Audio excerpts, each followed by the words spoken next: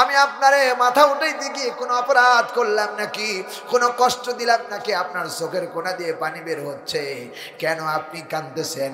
রাসূলুল্লাহ বলেন, আয়েশা রে, এটা কোনো দুঃখের কান্না নয়, কষ্টের কান্না নয়, এটা তৃপ্তির কান্না। আয়েশা বলেন, ইয়া রাসূলুল্লাহ, কিসের তৃপ্তির কান্না বুঝায় দেন। রাসূলুল্লাহর চোখ দিয়ে দরদর করে পানি পড়ে গাল ভিজে যাচ্ছে, দাড়ি ভিজে যাচ্ছে।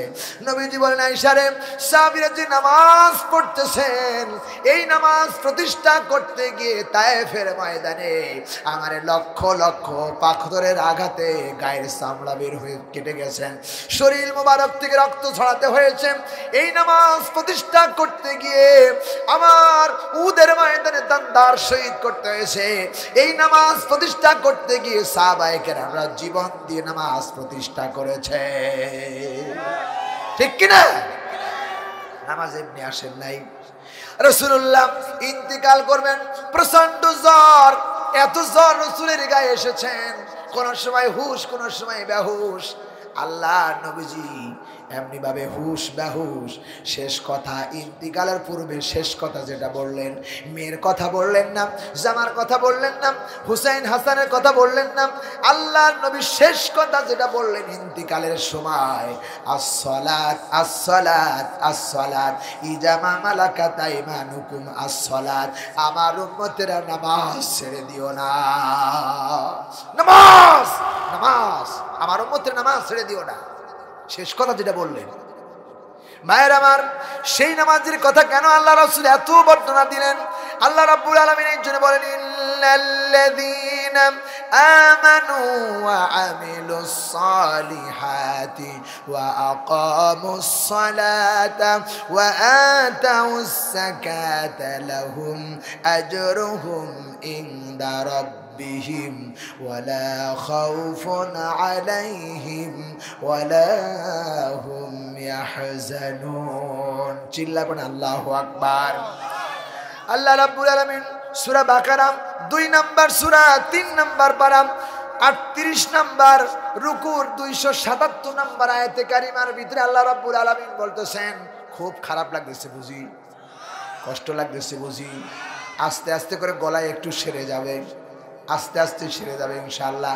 আমার ভাইরা শুনে রাখো, আল্লাহ রাব্বুল আলামিন সূরা বাকারার 277 নম্বর আয়াত, এই আয়াতের ভিতরে আল্লাহ বলেছেন, ইন্নাল্লাযীনা আমানু, সর্বপ্রথম বেহেশতে যাওয়ার কথা বললেন, ঈমান আনতে হবে, ওয়া আমিলুস সলিহাত, আর ভালো ভালো কাজ করতে হবে। সেই ভালো কাজের সর্ববৃহত্তম কাজ হলেন ওয়া আকামুস সালাত, নামাজ প্রতিষ্ঠা করো, নামাজ প্রতিষ্ঠা করো। সবচেয়ে ঈমানের পরে সবচেয়ে গুরুত্বপূর্ণ ইবাদত হলো নামাজ, ঠিক কি না? নামাজ হলো সর্বশ্রেষ্ঠ বৃহত্তম ইবাদত। নামাজের মধ্যে এত বড় দামি ইবাদত ঈমানের পরে আর নেই। আল্লাহ রাব্বুল আলামিন বললেন নামাজ বড় দামি। এরপরে আল্লাহ রাব্বুল আলামিন বলেন, ওই নামাজ প্রতিষ্ঠা করার জন্য অন্তরের ভিতরে যত কুমন্ত্রণা আছে, যত অশ্লীলতা আছে, যত খারাপি আছে, ওইটাকে পবিত্র করার জন্য আল্লাহ রাব্বুল আলামিন বলেন, ওয়া আতুস যাকাত, যাকাত প্রতিষ্ঠিত করো, মাল পবিত্র বানাও। চিল্লায় কোন ঠিক কিনা? যাকাত, নামাজ প্রতিষ্ঠিত করতে হলে আগে মাল বানাতে হয় পবিত্র। মাল যদি পবিত্র না হয়, নামাজ কিয়ামত পর্যন্ত পড়লেও নামাজ হবে না। সত্য দিয়েছেন। নামাজের ফরজ কয়টা? আর কানা হাকাম ফরজ কয়টা? কয় ফরজ? 13 ফরজ, 7টা বাইরে। শরীর পাক, কাপড় পাক, নামাজের জায়গা পাক, ছত্র ঢাকা, কেবলামুখী হওয়া, ওয়াক্ত মতো নামাজ পড়া, নামাজের নিয়াত করা। কথা কয় না? 7টা বাইরের। এর মধ্যেই প্রথম নাম্বারে শরীর পাক। আগে শরীরটাকে কন্ট্রোল করতে হবে, পবিত্র করার পরে এরপর নামাজ দাঁড়াতে হবে। সুবহানাল্লাহ বলতে চায় না? শরীরটারে হারামের টাকা দিয়ে খাইয়া, পরের হক নষ্ট করে খাইয়া নামাজ পড়বা, ওই নামাজ বুঝি আল্লাহ কবুল করবে? কচ্ছিন কালেও নয়। আমার ভাইরা, আমার দেশের এমন হাজী সাহেব আছেন, 5 বিঘা জমি আছে, তার সন্তানকে হজে যাওয়ার সময় 3 বিঘা সন্তানকে রেজিস্ট্রি করে দিয়েছেন। একটা মেয়ে ছিল, মেয়েকে কিছুই দিল না। যখন হজ করতে যাচ্ছেন হাজী সাহেব, মেয়েটি কান্না করতেছেন, কারণ বাবা মায়ের বেশি দরদ মেয়েরা করে, বাবার জন্য বেশি দরদ করে মেয়েরা। মেয়ে কাঁদতেছেন, বাবা বলতেছেন মারে আমি তো হজে চলে যাচ্ছি, তোমার মাথার পরে হাত দিয়ে, এরকম মাথার পরে হাত দিয়ে বলে তোমার জন্য আমি কাবা ঘরের গিলাফ ধরে দোয়া করব। ডাকাত সন্তানকে 3 বিঘা জমি রেজিস্ট্রি করে দিয়েছো আর মেয়েকে দোয়া করতেছো। তোর নামাজ তো দূরের কথা, যাকাত তো দূরের কথা, হজ তো দূরের কথা, তোর মতো বেঈমান হাজি আর বাংলার জমিনে একজনও নাই। কথা কয় না ঠিক কিনা?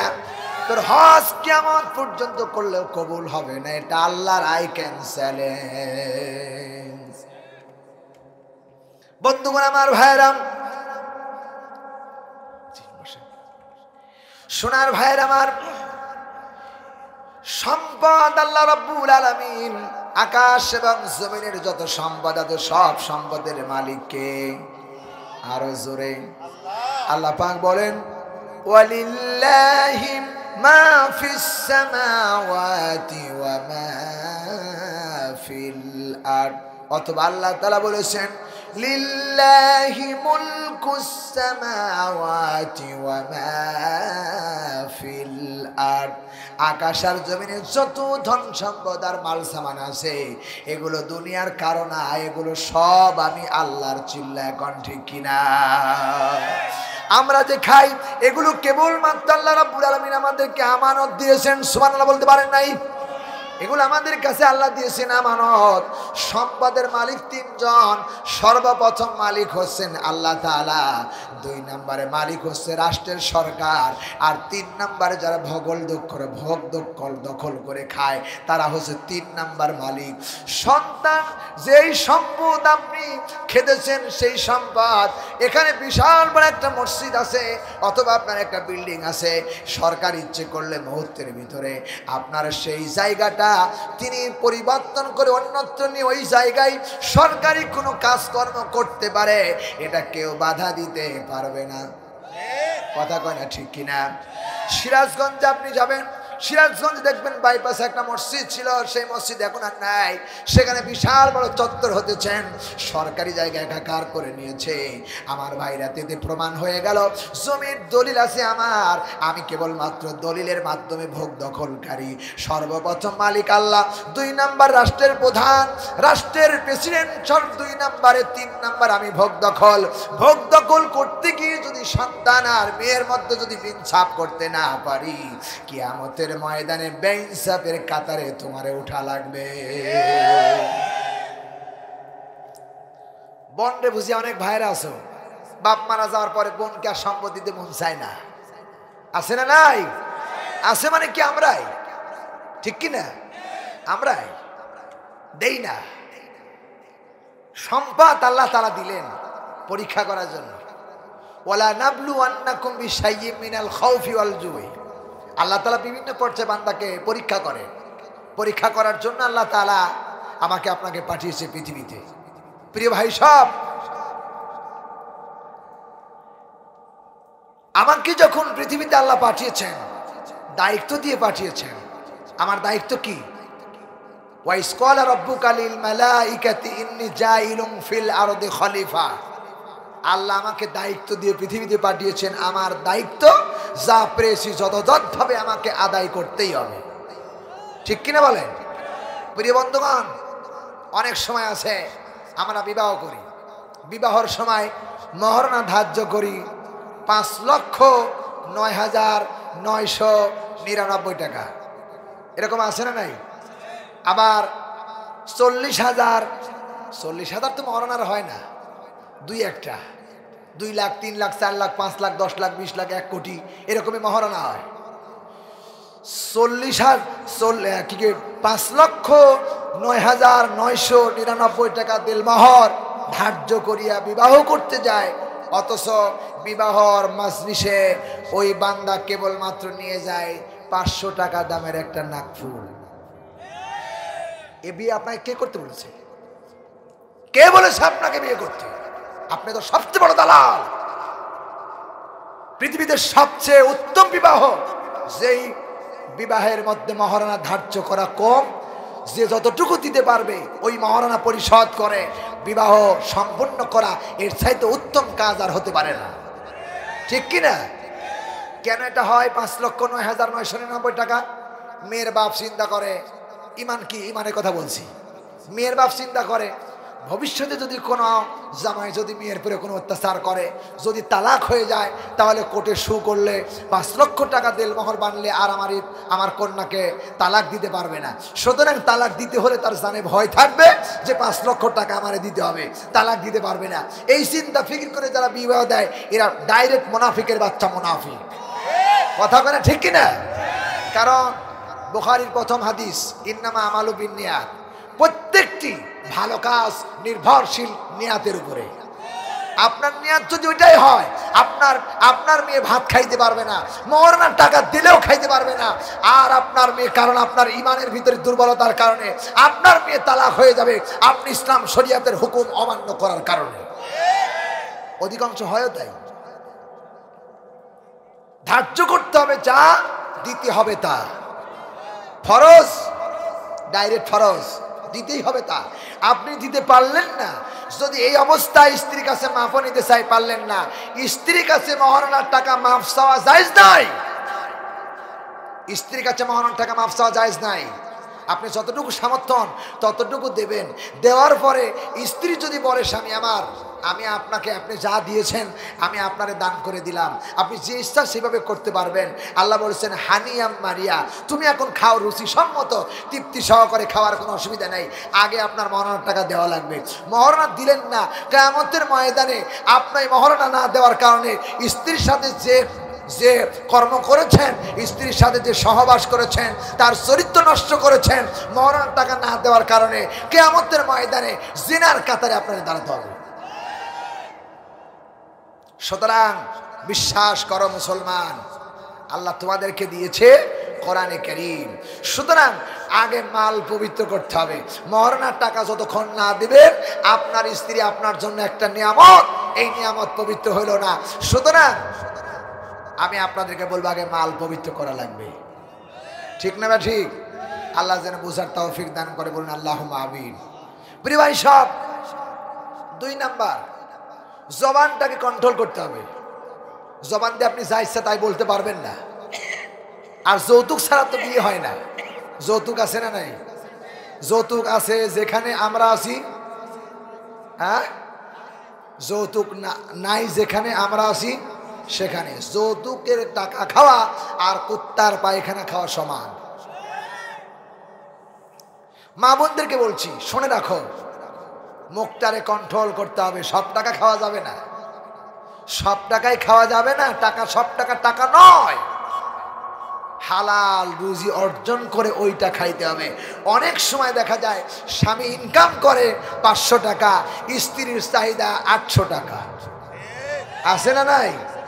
তাহলে আপনার স্বামীকে অবশ্যই অবৈধ ইনকাম করতে হবে, না হলে পরের ঘর থেকে চুরি করতে হবে, গরু ছাগল, না হলে ডাকাতি দিতে হবে। এছাড়া তোর কোনো রাস্তা নাই। এটারে কন্ট্রোল করতে হবে। জিহ্বাটারে ছোট বানাও, অল্প খাও, হালাল খাও, বরকত দিবে কে? 2 নাম্বার, মা বোনদেরকে বলছি, মা বোনরা চট করে সন্তানকে বলে হারামজাদা। হারামজাদা বলে গালি দেয়, আছে না নাই?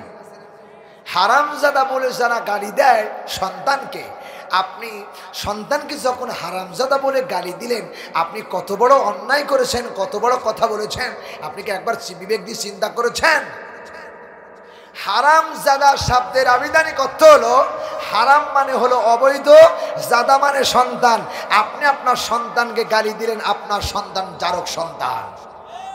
কথা কয় না রে, কথা কয় না। আপনি গালি দিলেন আপনার সন্তান, অথচ হালাল টাকায় মহারণা ধার্য করা হয়েছে, হালাল স্ত্রী স্বামীর মাধ্যমে সন্তান পেটে এসেছে, সেই সন্তানকে আপনি গালি দিলেন হারামজাদা। আপনার সন্তান নাকি অবৈধ সন্তান। মুখটাকে কন্ট্রোল করতে হবে। 3 নাম্বারে বোঝানো হয়েছে, মা বোনরা অনেক সময় দেখা যায় এমন কথা বলে ফেলে, সন্তান কাঁদতেছে, ছোট বাচ্চা কাঁদতেছে, বুদ্ধি তো নাই, কাঁদতেছেন, এমন সময় মা ডেকে ডেকে বলে, এই ছেলে কেঁদো না, বাঘ, সাপ, ভাল্লুক, ওই যে তাকায় দেখো, বাঘ আসতেছে, ভাল্লুক আসতেছে, সাপ আসতেছে। মায়ের কোলের ভিতরে সন্তানটাকে রেখে মা জননী অত্যন্ত গর্বের সহিত সন্তানকে মিথ্যা কথা শিক্ষা দিচ্ছে। কথা কয় না? আছে না নাই? মিথ্যা কথা বলা জায়েজ না হারাম? জায়েজ না হারাম? মা কোলের পরে লেগে বলতেছে, সন্তান কাঁদতেছে আর বলতেছে, দেখ বাঘ আসতেছে, সাপ আসতেছে, খবরদার কান্দিস না। এমন কথা খবরদার সন্তানের কাছে বলবেন না। সন্তান এ কথা আপনার কোল থেকে মিথ্যা কথা শিখতেছে। এমন একটি সময় আসবে, সন্তান যখন বড় হবে, আপনার সন্তান আপনার কাছেই মিথ্যার আশ্রয় নেবে, আপনার কাছেই মিথ্যা কথা বলবে। সুবহানাল্লাহ হবে আমদি, সুবহানাল্লাহিল আযীম। আল্লাহ আমাদের এগুলো থেকে শরীক থাক, আল্লাহ যেন এগুলো থেকে আমাদের বেঁচে থাকার তৌফিক দান করে, বলি আলহামদুলিল্লাহ। প্রিয় ভাই সব, সুতরাং এই সমস্ত অন্যায় অশ্লীল সমস্ত কাজ থেকে ফিরিয়ে রাখার জন্য আল্লাহ তাআলা দিয়েছেন সালাত, নামাজ। নামাজ নামাজ চিৎকার দিয়ে বলেন কথা ঠিক না ঠিক? প্রিয় ভাই সব, সুতরাং নামাজই ফিরায় রাখতে পারে মানুষকে অন্যায় অশ্লীল কাজ থেকে। সে কথাই বলতেছিলাম, আল্লাহ তাআলা বলছেন, ইন্নাল্লাযীনা আমানু ওয়া আমিলুস সালিহাত, যারা ভালো কাজ করবে, ঈমান আনবে, ওয়া আকামুস সালাহ, নামাজ প্রতিষ্ঠা করবে, ওয়া আতুস যাকাত, আর যাকাত আদায় করবে, লাহুম আজরুহুম ইনদা রাব্বিহিম, তাদের কাছে, তাদের জন্য আল্লাহর কাছে, তাদের রবের কাছে পুরস্কার রয়েছে। আল্লাহ বলতেছেন, ওয়ালা খাউফুন আলাইহিম ওয়ালা হুম ইয়াহজানুন। দুনিয়ার কোন মানুষ যদি নামাজ প্রতিষ্ঠা করে, আখিরাতেও কোনো ভয় নাই, কবরেও কোনো ভয় নাই, ফুলসিরাতেও কোনো ভয় নাই, মিশানেও কোনো ভয় নাই, কোনো জায়গায় তার কোনো সমস্যা নাই, সব জায়গায় সে কল্যাণকামিতা হয়ে যাবে। জোরে বলুন আল্লাহু আকবার। তাহলে নামাজ দরকার আছে না নাই? আছে না নাই? আল্লাহ রাব্বুল আলামিন বলেন কোরআনুল কারীমের ভিতরে, আল্লাহ রাব্বুল আলামিন বলতেছে, বান্দারে, ইন্নাস সালাতা তানহা আনিল ফাহশাই ওয়াল মুনকার। কোন বান্দা শুনে রাখো, নিশ্চয়ই ইন্নাস সালাতা তানহা, নিশ্চয়ই নামাজ, নিশ্চয়ই সালাত মানুষকে অন্যায় অশ্লীল কাজ থেকে ফিরায় রাখতে পারে। পৃথিবীতে আর কোনো ইবাদতের কথা আল্লাহ রাব্বুল আলামিন বলেন নাই, কেবলমাত্র নামাজ মানুষকে অশ্লীল কাজ থেকে ফিরায় নিতে পারে। যদি কোনো মানুষ নামাজের মতো ওয়াল্লাযীনা হুম আলা সালাতিহিম ইউহাফিজুন, হেফাজত করে, যত্ন করে নামাজ পড়তে পারে, ওই লোকটি কোনোদিন ওজনে কম দিতে পারে না, ওই লোকটি কোনোদিন খাদ্যে ভেজাল দিতে পারে না। যে লোকটি নামাজের হেফাজত করে নামাজ আদায় করবে, আল্লাহর কসম করে বলি, ওই সন্তান আর মেয়েকে কোনোদিন সে হক আর বাতিলের ভিতরে, সন্তানে যে জমাজতি আছে, বাতিলকে সাপোর্ট করবে না, ইনসাফ ভিত্তিক সম্পত্তি বন্টন করে নারী যা পাবে আর ছেলে যা পাবে ইনসাফ ভিত্তিক বন্টন করে দেবে। আর যদি নামাজ প্রতিষ্ঠিত না হয়, মসজিদ থেকে বেরিয়ে দেখবেন জুতা আর যেখানে রেখেছিলাম ওখানে আর নাই। জুতা হারায় কি হারায় না? কেন হারায়? তার মানে নামাজি যখন নামাজ সম্পূর্ণ করতে পারে নাই, শয়তান ধোঁকা দিয়েছে, জুতাটা খুব সুন্দর, তোরটার সাইড ওইটা ভালো, জুতা ওইটা নিয়ে পাল্টায় ওর ভালোটা নিয়ে চলে যায়। প্রিয় ভাই সব, সুতরাং নামাজ আমাদের দরকার আছে না নাই? আছে না নাই? 1 নাম্বার কর্মসূচি নামাজ পড়তেই হবে। জান্নাতে যদি যেতে চাও তাহলে নামাজ অবশ্যই যেতে পারবা। প্রিয় ভাই সব, আল্লাহ রাসূল সাল্লাল্লাহু আলাইহি ওয়াসাল্লাম বলেছেন, আসসালাতু ইমাদুদ্দিন, নামাজ হলো 5টি খুঁটি। ইসলাম দাঁড়িয়ে আছে 5টা খুঁটির পরে। একটা হলো কালেমা, নামাজ, রোজা, হজ, যাকাত। এই 5টা হলো ইসলামের খুঁটি। যে ইসলামের জন্য নামাজ প্রতিষ্ঠিত করলো, সেই ইসলামকে প্রতিষ্ঠিত করলো। যে নামাজ ছেড়ে দিল, সেই ইসলামকে ধ্বংস করলো। কথা কয় না? এখানে যারা বসে আছি সবাই কি নামাজ পড়বে ইনশাআল্লাহ?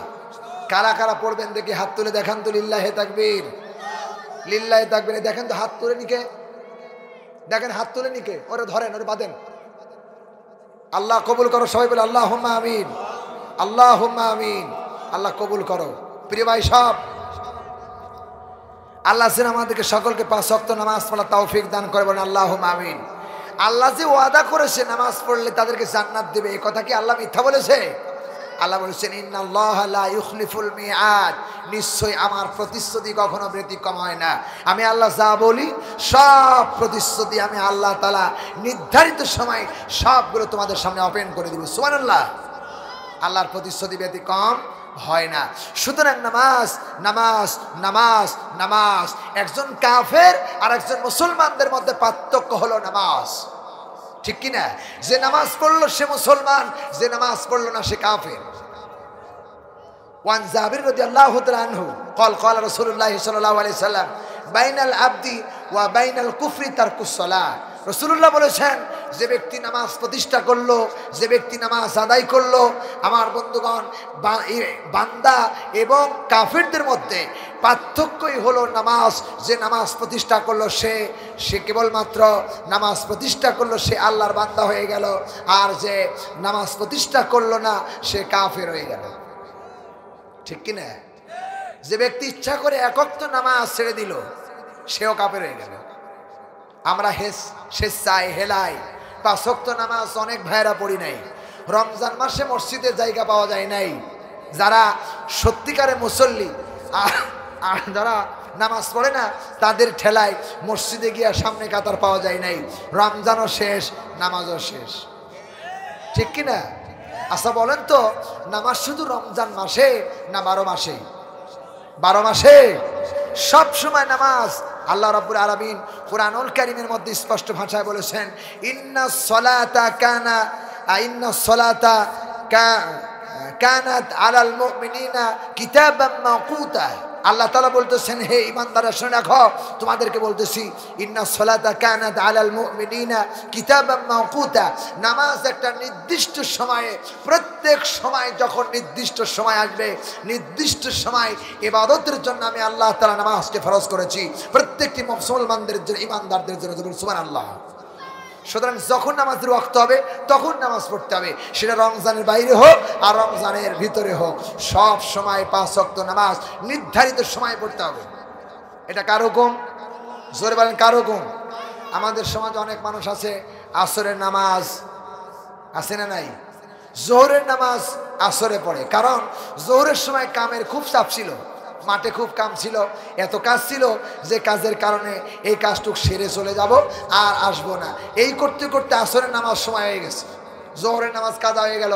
এখন চিন্তা করতেছেন, মুসল্লি আমি নামাজ ছেড়ে দিলে কেমনে হয়? আসর আর জোহর একবারে পড়ে।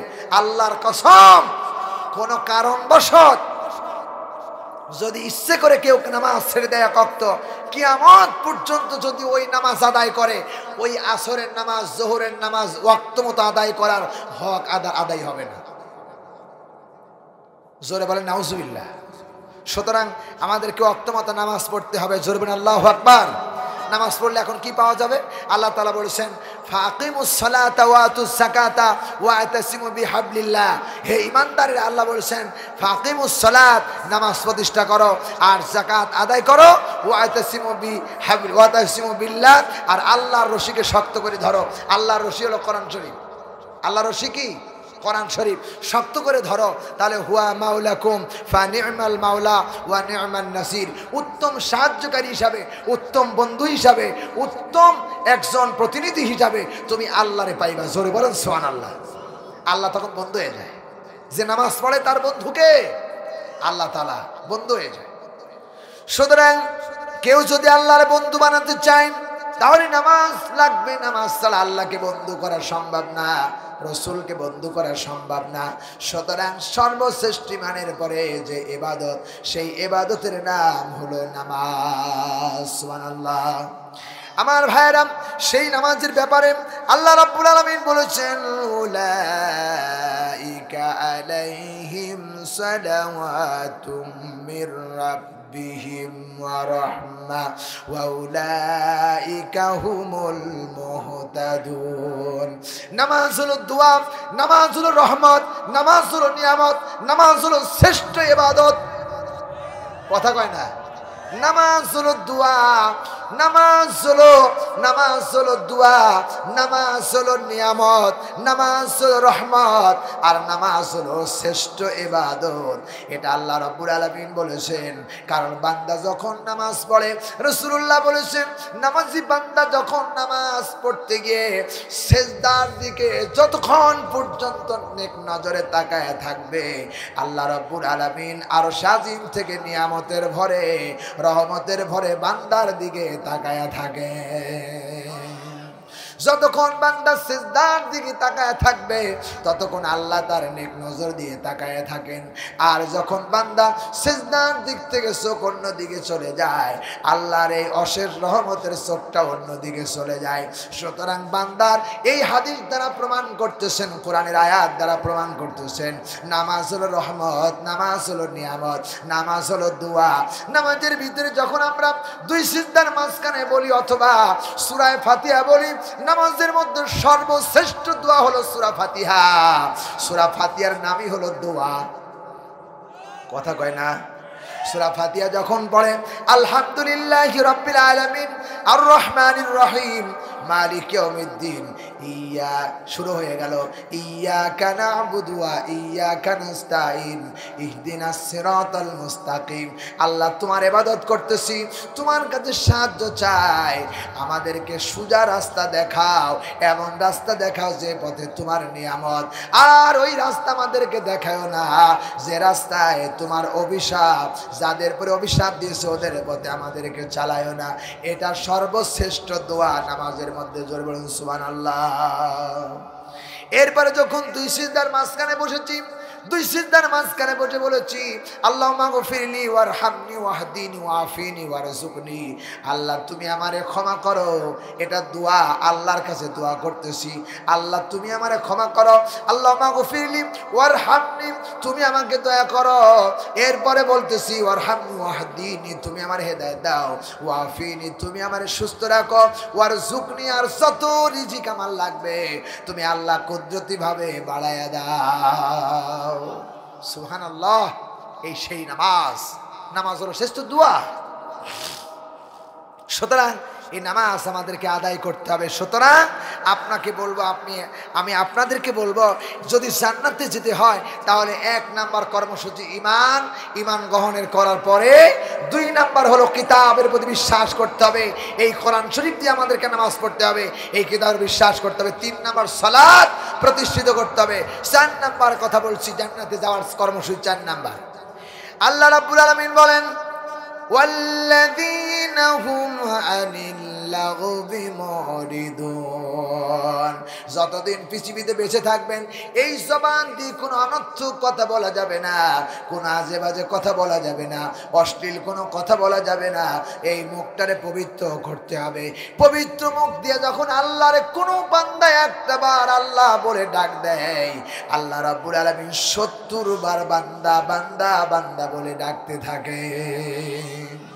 পবিত্র মুখ দিয়ে একবার ডাকবেন, আল্লাহ রাব্বুল আলামিন পবিত্র করে মায়ের পেটের ভিতর থেকে এই মুখটারে, জবানটারে পবিত্র করে রেখেছেন।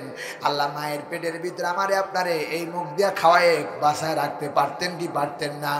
মুখ দিয়ে খাওয়ালেন না, মায়ের নারীর সঙ্গে নিজের নারীটা, নাভির নারীটার সঙ্গে খাদ্যের একাকার করে দিলেন। কারণটা কেন? মা যদি কোনো সময় হারাম খায়, আর ওই হারামটা যদি মায়ের পেটের ভিতরে সন্তান খায়, মায়ের পেট থেকে মুখটারে অপবিত্র অবস্থায় বের হবে। আর ওই বান্দা আমি আল্লাহরে ডাকলে আর ওই মুখ দিয়ে ডাকলে ভালো লাগবে না। আল্লাহ রাব্বুল আলামিন বলে, বান্দা মায়ের পেটের ভিতরে মুখটারে পবিত্র করে রেখেছি, মায়ের পেটের ভিতরে মুখ দিয়ে খাওয়াই নাই, পেটের নারীর সঙ্গে, মায়ের নারীর সঙ্গে আর নাভির নারীর সঙ্গে একাকার করে তোমারে খাওয়ায়া পরায়া বাসায় রেখেছি। সুতরাং এই মুখটাকে কন্ট্রোল করতে হবে, জবানটাকে কন্ট্রোল করতে হবে। কেন? আল্লাহ রাব্বুল আলামিন বলেন, মা ইয়ালফিজু মিন কাউলিন ইল্লা লাদাইহি রাকীবুন আতীদ। আল্লাহ বলে, বান্দা এমন কোন কথা বলে না যে কথাগুলো আল্লাহর ফেরেশতারা রেকর্ড করে না। সব কথাগুলো কেবলমাত্র আল্লাহ রাব্বুল আলামিন রেকর্ড করেন। জোরে বলুন ঠিক কিনা? রেকর্ড করার জন্য আল্লাহ এই কান্দে একজন আর এই কান্দে একজন, দুইজন ফেরেশতা রেখেছেন কিরামান কাতিবিন ইয়ালামুনা মা তাফালুন। আমি আপনার জীবনে যা করতেছি ওয়া কুল্লা শাইইন আহসাইনাহু কিতাবা। আল্লাহ বলে বান্দারে এখানে যেমন করে দেখা যাচ্ছে এমনি করে আল্লাহ খুঁটে খুঁটে সবগুলো ফেরেশতার মাধ্যমে আল্লাহ লিপিবদ্ধ করে রেখেছেন। এখানে যত কথা বলছি আর আপনারা যত কথা সুবহানাল্লাহ আলহামদুলিল্লাহ আল্লাহু আকবার যতবার বলছেন সব ফেরেশতারা রেকর্ড করতেছে। সুবহানাল্লাহ বলবেন না? আবার বলেন, একটু আওয়াজ দিয়ে বলেন সুবহানাল্লাহ। এই যে আওয়াজ দিলেন 3 বার 4 বার, সব ফেরেশতারা বলা মাত্রই রেকর্ড হয়ে যাচ্ছে, বলা মাত্রই লিপিবদ্ধ হয়ে যাচ্ছে। সুবহানাল্লাহি ওয়া বিহামদিহি সুবহানাল্লাহিল আযীম। এত বড় বান্দার এই জবানটাকে পবিত্র করে আল্লাহ তাআলা পৃথিবীতে পাঠিয়েছে। বান্দা যখন কোরআন পড়ে তখন এই মুখ দিয়ে আল্লাহর সাথে কথা বলে, জোরে বলেন আলহামদুলিল্লাহ। সুতরাং এই মুখটারে কন্ট্রোল করতে হবে। 3 নাম্বার 4 নাম্বার গুণ হলো জান্নাতে যাওয়ার, মুখটারে কন্ট্রোল করতে হবে। কোনো আজে বাজে কথা বলা যাবে? জোরে বলেন যাবে? আজে বাজে কথা বলা যাবে না। এ কথা কি আমার না আল্লাহর কোরআনের? জোরে বলেন কার? আর একটু জোরে বলেন কার? আল্লাহর কোরআনের। আল্লাহ বলেছেন খবরদার তোমরা অশ্লীল অপাচার পাপাচারের কথা খবরদার মুখ দিয়ে কখনোই বলবা না। চিল্লায় বলেন আল্লাহু আকবার। যখন যেখানেই বলো না কেন সব সময় মুখটারে পবিত্র রাখবা, কারণ আল্লাহ রাব্বুল আলামিন সুন্দর করে ডাক দিয়ে বলেছেন ওয়ামতাজুল ইয়াওমা আইয়ুহাল মুজরিমুন। এই মুখ দিয়া কে পাপের কথা বলেছে, কি অপরাধের কথা বলেছে, কিয়ামতের দিন আল্লাহ রাব্বুল আলামিন ঘোষণা দিবে পাপী কারা, মুখ দিয়ে যে অপরাধ করেছো এমনি পাপী কারা। সঙ্গে সঙ্গে আল্লাহ বলবেন ওয়ামতাজুল ইয়াওমা আইয়ুহাল মুজরিমুন, সঙ্গে সঙ্গে সে আলাদা আলাদা পাপের কাতারে দাঁড়ায় যাবে। জোরে বলেন আল্লাহু আকবার। সুতরাং আমি আপনাদেরকে উদারত আহ্বান জানাতে চাই, প্রিয় ভাই সব যেখানে অবস্থায় যে অবস্থায় থাকি না কেন আমাদের পাপের কথা বলা যাবে না। 5 নম্বরে আল্লাহ রাব্বুল আলামিন বলেছেন ওয়াল্লাযীনা হুম লিস-সাকাতি ফাইলুন। যাকাতের কথা হয়ে গেছে, এখন যাকাতের একটু ব্যাখ্যা দেব। যাকাত হলো আল্লাহ রাব্বুল আলামিন বলেন ফাইলুন, আল্লাহ বলতেছেন যাকাত আদায় করো স্বকীয়ভাবে। এখন কেমনে যাকাত? আল্লাহ রাব্বুল আলামিন বলেন কোন মানুষের কাছে যদি আমার বন্ধুগণ যাকাতের টাকা 1 বছর গচ্ছিত থাকে আর ওই টাকা যদি শতকরা 2.5%, আমার বন্ধুগণ 52 তোলা রূপার পরিমাণ, এতটুক সম্পদ যদি কারণ হিসাবে 1 বছর পূর্ণ থাকে খাওয়া দাওয়ার অবশেষে, তাহলে ওই বান্দার উপরে শতকরা 2.5 টাকা হিসাবে গরিবের জন্য এটা আল্লাহ রাব্বুল আলামিন বরাদ্দ করে দিয়েছেন। এই টাকা যতক্ষণ পর্যন্ত আপনি না দেবেন ততক্ষণ পর্যন্ত আপনার মাল পবিত্র হবে না। আল্লাহ রাব্বুল আলামিন বলেন যাকাতের টাকা যার কাছে আছে সেই যাকাতটাকে স্বকীয়ভাবে আদায় করো। স্বকীয়ভাবে আদায় করা মানে কি? যাকাতের টাকা আপনার বাড়িতে কেউ নিতে আসবে না, গুনে গুনে যা হবে তার আমার ভাইরা শতকরা 2.5% ভাগ করে ওখান থেকে বের করে আপনার দায়িত্ব গরিব দুঃখী মানুষের কাছে পৌঁছে দেওয়া। ঠিক না ভাই? ঠিক।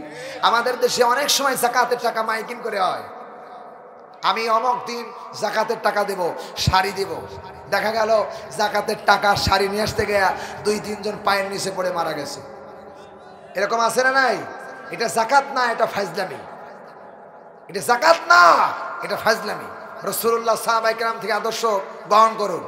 রাসূলুল্লাহ জামানায় আদর্শভাবে যখন তারা যাকাত দান করতেছিলেন, একজনে যাকাতের টাকা নিয়ে বের হয়েছে, 3 দিন পর্যন্ত ঘুরতেছেন, আর একজনে 7 দিন পর্যন্ত যাকাতের টাকা নিয়ে ঘুরতেছেন। টাকা দেওয়ার মতো জায়গা নাই, যাকাতের টাকা দেওয়ার মতো জায়গা পাচ্ছেন না খুঁজে কাউরে। জীর্ণ শীর্ণ হয়ে 7 দিন পর্যন্ত একটা লোক ঘুরে ঘুরে যাকাতের টাকা নেওয়ার মতো কাউরে যখন পাইলেন না, যার কাছে যাই বলে ভাই আমার 1 সন্ধ্যার খাবার আছে, আমার প্রয়োজন নাই, যার নাই তার দেন। আমরা হলে কি করতাম? বস্তা শুদ্ধে নিয়ে দিতাম। কথা কয় না? আমাদের দেশের হাজার হাজার কোটি কোটি টাকার এমপি মন্ত্রী আছে, তারপরেও জনগণের মাল ওই লোভ ছাড়ে না, ওগুলো নিয়ে চকির তলে সামলাইয়া এমনকি বিদেশে পাচার করে জনগণকে বঞ্চিত করে, নিজের পেট ভর্তি করে। ও মানুষ জনগণের টাকা খায় না, ও জাহান্নামের আগুন পেটের ভিতরে ঢুকায়। জোরে কর নাউজুবিল্লাহ। বন্ধুগণ, তো যাকাত সেই জীর্ণ শীর্ণ হয়ে আর হাঁটতে পারতেছেন না, 7 দিন ঘুরতেছেন, এক গাছের নিচে ওই জাকাতের টাকা বালিশ বানায়া উনি ঘুমায় গেছে। ওই রাস্তা দিয়ে আর একজন 3 দিন পর্যন্ত ঘুরতেছেন জাকাতের টাকা কাউরে দেওয়ার জন্য। এখন গিয়ে দেখেন ওইখানে এক জীর্ণ শীর্ণ লোক পড়ে আছে। লোকটি মুসকি মুসকি হাসতেছে আর মনে করতে চিন্তা করতেছে, এতদিন 3 দিন ঘুরে ঘুরে মাত্র একজনকে পাইছি, এখানে টাকাটা দিয়ে যাবো। আজ জাগানো উঠানো হলো তাকে। ডেকে বলছে, ভাই আজ 3 দিন পর্যন্ত আমি জাকাতের টাকা নিয়ে ঘুরতেছি, কাউরে পাই নাই, তে আপনি বুঝি গরিব মানুষ নাকি? আপনি আমার এই টাকাটা নেন আর আমারে বাঁচান। উনি বলতেছেন, ভাই আর 7 দিন পর্যন্ত আমার মাথার নিচে যে ব্যাগ দেখতেছেন এই ব্যাগের মধ্যে জাকাতের টাকা আছে, 7 দিন পর্যন্ত ঘুরতেছি কাউরে পাই নাই, তোমার টাকা দরকার নেই, আমারটা পারলি নাও। সুবহানাল্লাহ বলবেন না? এখান থেকে প্রমাণ হয় জাকাতের টাকা কেউ গরিব দুঃখী মানুষ আপনার বাড়িতে যাবে না, আপনার দায়িত্বে হিসাব করে গরিব দুঃখীর বাড়িতে পৌঁছায় দিতে হবে। কারণ আপনি যদি জান্নাতে যেতে চান তাহলে আপনার মাল আপনারে পবিত্র করা লাগবে। কোনো গরিব মানুষ নয়, গরিব আপনার চাকর নয়, গরিবকে আপনার দেওয়ার জন্য আল্লাহ আপনার চাকর বানিয়েছে। কথা কয় না ঠিক কিনা? জাকাত ধনীদের কাছ থেকে নাও আর গরিবের মাঝে বিতরণ করো। এ কথা কার? আল্লাহ তাআলা বলেছেন। এই জন্য কোরআন শরীফের মধ্যে আল্লাহ তাআলা বলেছেন, ওয়াল্লাযীনা হুম লিযাকাতি ফাইলুন, যাকাত আদায় করো সক্রিয়ভাবে। তার মানে কি, যার টাকা তার বাড়িতে পৌঁছে দিতে হবে। এটা আপনার ইমানের দায়িত্ব। যদি দিতে না পারেন, আপনার বাড়ি যেতে গিয়ে যদি কোনো মানুষ কষ্ট পায়, যাকাত দিয়া কোনো সওয়াবের আশা করা যাবে